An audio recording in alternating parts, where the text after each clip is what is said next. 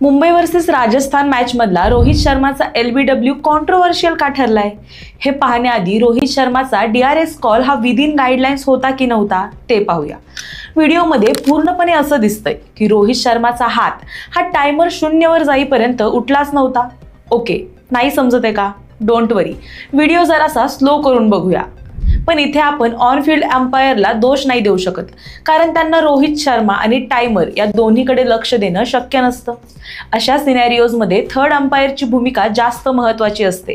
इथे थर्ड अंपायरने हस्तक्षेप करणं ऑन फील्ड अंपायरला सांगणं गरजेचं होतं की रोहित शर्मानं टायमर संपल्यानंतर अपील केलंय, त्यामुळे ओरिजिनल डिसिजननुसार तो आउट होता। आता येऊया मेन टॉपिकवर। आता असं म्हटलं जातंय की थर्ड अंपायरनं चीटिंग केली आहे, कारण अंपायर्स कॉलनुसार रोहित शर्मा आउट असायला हवा। पण नियम काय सांगतात?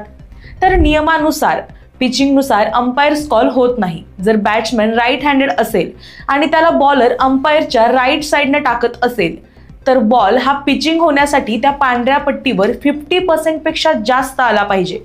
नुसता 50% नाही तर त्याहून जास्त हे महत्त्वाचं आहे। 50% जरी असला तरी त्याला ऑफसाइड लेग मानलं जातं, त्याच्यामुळे 50% पेक्षा जास्त असणं गरजेचं आहे।